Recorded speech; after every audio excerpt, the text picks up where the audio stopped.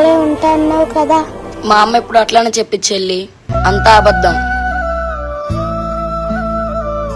వస్తా, బాగా చదువుకోవాలి నాన్న.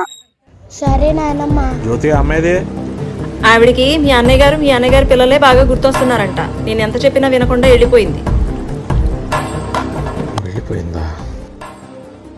అదేంటి అమ్మ రేపు హాస్పిటల్కి తీసుకెళ్ళమని అడిగింది. సరే అన్నాను, నాకు చెప్పకుండా ఎలా వెళ్తుంది?